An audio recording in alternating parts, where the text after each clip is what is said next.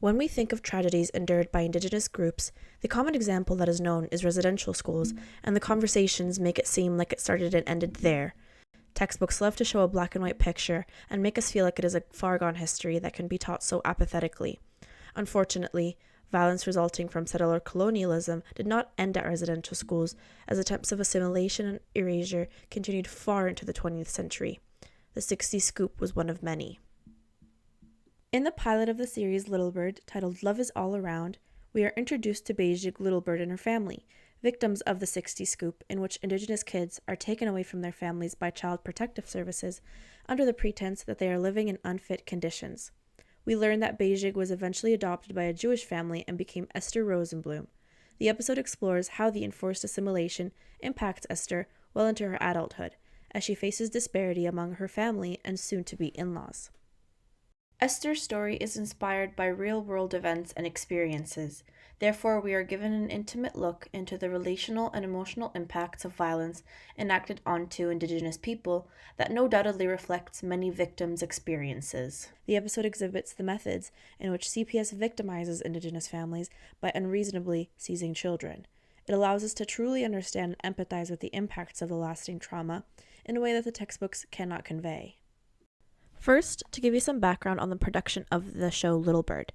The show was co-created by Jennifer Podemsky and Hannah Moscovich and was initially released on May 26, 2023.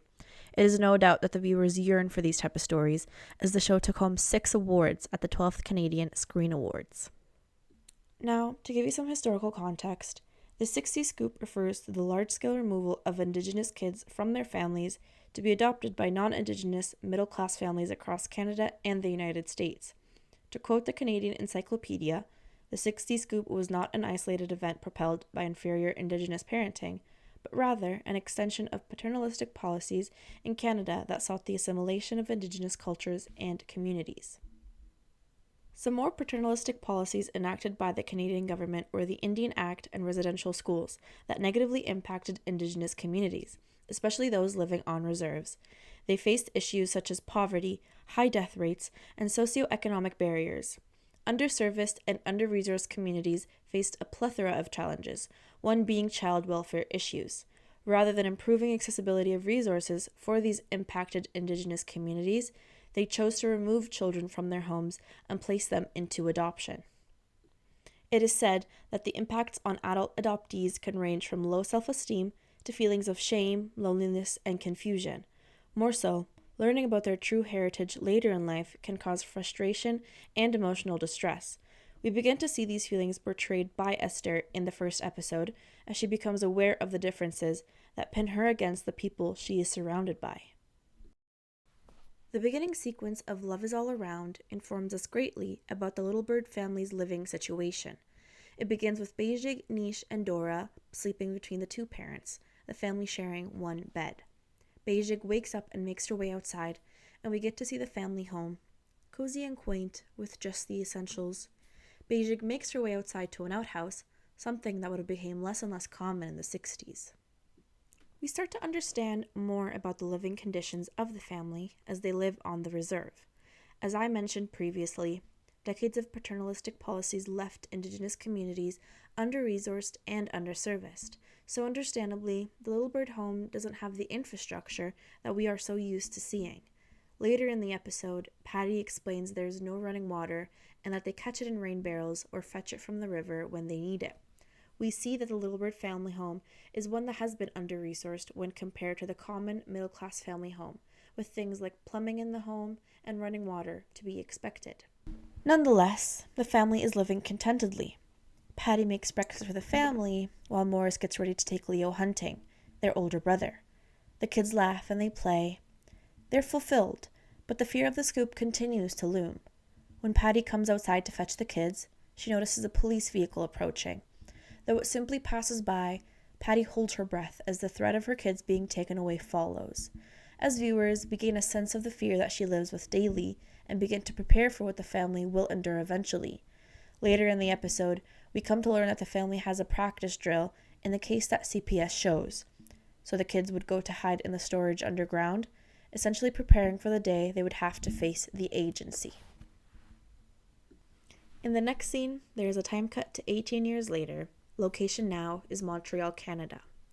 We are introduced to Beijing in her adult life, now Esther Rosenblum. We meet her fiancé David, her father, and her future father-in-law. Evidently, she has been adopted into a Jewish family and will also be marrying into one, as she herself adorns a Star of David necklace, while her father-in-law dons a yarmulke. They talk of Esther's studies at law school and how she is the daughter of 2 lawyers. It is clear that Esther's socioeconomic status greatly contrasts that of the Lilburds and is embracing the heritage of her adoptive parents. In other words, Esther's new lifestyle is reflecting the desired results of the 60s scoop, in which children become assimilated into Eurocentric families.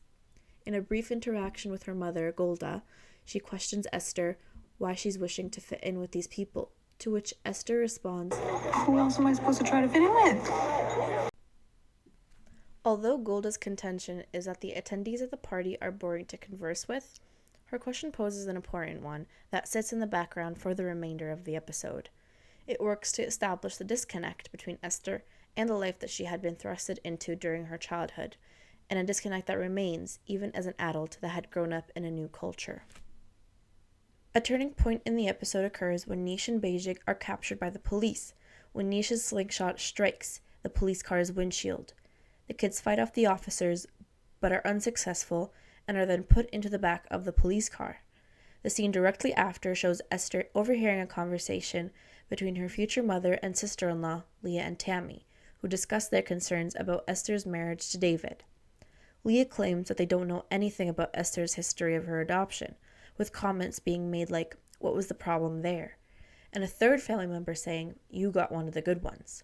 They are referring to the adoption of Indigenous children during the 60s and implying that Esther was grown up to be one of the good ones, whereas other kids struggled more in their upbringing.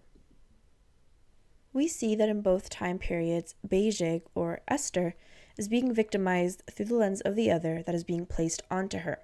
More so, in both contexts, there is a clear power imbalance between Beijing and the police, and also Esther and her future in-laws.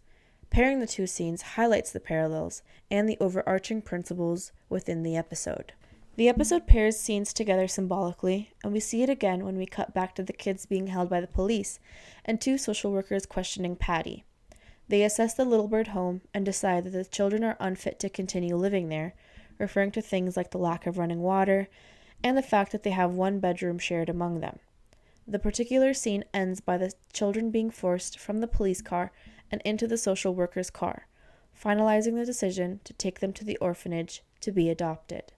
The partnered scene is of Esther arriving home in distress, ignoring her mother's pleas and David's incoming call. The 2 scenes continuously cut back and forth, Esther in her bedroom and the younger kids in bed at the orphanage. At this point, all the characters have been pulled away from their place of belonging, literally for the kids and figuratively for Esther. The back and forth parallels the 2 situations and kickstarts the actions that will take course in the rest of the season. One of the prominent elements that you pick up on early in the episode is a sense of unease that took place in both periods for almost the whole episode. For the Lilburd family, it was Patty being on the lookout for when a vehicle approaches and hides her kids at any sign of a threat. We also see it in the way that Leo's character is introduced, in which it highlights his anxiety. Specifically, there is a disconnect between Patty saying he's been excited to go hunting versus his outward expression. In a way, it seems that Leo is carrying the fear that his younger siblings are not fully aware of. Though we're told he is excited to finally learn to hunt, it seems like he doesn't want to leave, possibly scared of the fact that he and his father will not be there to protect the family and help fight off anyone who might show up at their house. With Esther, her unease is evident throughout the interactions with several members of the family. After exiting the conversation with her father, David and his father, she downs her drink as an attempt to loosen up. She repeats the same action when in a group conversation that now includes David's mom and sister. In both these conversations, Esther's outward expression is visibly tense and uncomfortable, making it clear she doesn't feel at home within these circles. These details are what build up to the turning point in the episode, when both families experience conflict in their respective kind, and as viewers, we are ready from the beginning of the episode for that point. Secondly, The Indigenous characters face microaggressive comments that, out of context, might seem normal or coming from a place of concern, but in their context, they follow a pattern of language that works to subordinate Indigenous people against their settler colonial counterparts. It is most evident when Leah speaks to Esther, first saying that she's so exotic, and then voicing her concern regarding her background. On the surface, it may seem that Leah is looking out for her son and wants to ensure that it is the right decision. But she is worried about Esther becoming a mother, especially given the circumstances in which she was adopted. Leah reflects this wider assumption that was present at the time, that Indigenous mothers were unfit to take care of their children, and that their children are also bound to lead an unsuccessful life. It was these reasons that child welfare agencies carried out a cycle of victimizing Indigenous mothers and forcibly removing their children. Leah's projections are mirrored by the social worker that wants to take away Patty's children. Her questions to Patty prepare a specific type of answer, like, how often do you leave your children unsupervised? She already makes assumptions and wishes to confirm them.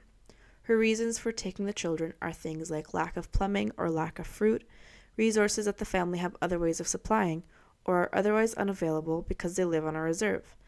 This scene also showcases what I previously described, in which reserves are often underserviced and under-resourced, and Indigenous families end up being punished for it by having their children taken away, rather than the agencies addressing the gaps that they face in comparison to middle-class families.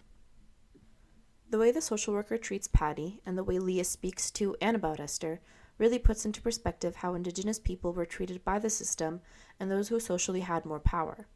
Their comments and their questions show that they already made up their mind about Indigenous people and treat them in such a way that doesn't let Patty or Esther construct their identities for themselves. Throughout the episode, we are not explicitly told if she will look for her family in Saskatchewan, but it feels like the obvious start. I imagine she will also explore her identity and lost culture, carrying along the unease that I talked about before, but also the frustration that real-world adults experience after having been victims of the 60s scoop. Overall, the pilot creates just enough intrigue that you quickly begin to sympathize with Esther and develop an attachment. I feel like I want to explore the emotional roller coaster just as much as the events that will come after getting a glimpse of how complex of a character she can really be. The episode leaves us questioning how her relationship with Tammy will be, how it will affect her relationship with David, and whether or not they will get married. It truly accomplishes what a pilot intends, leaving you with ample questions and just enough intrigue that there's no other option but to hit next episode.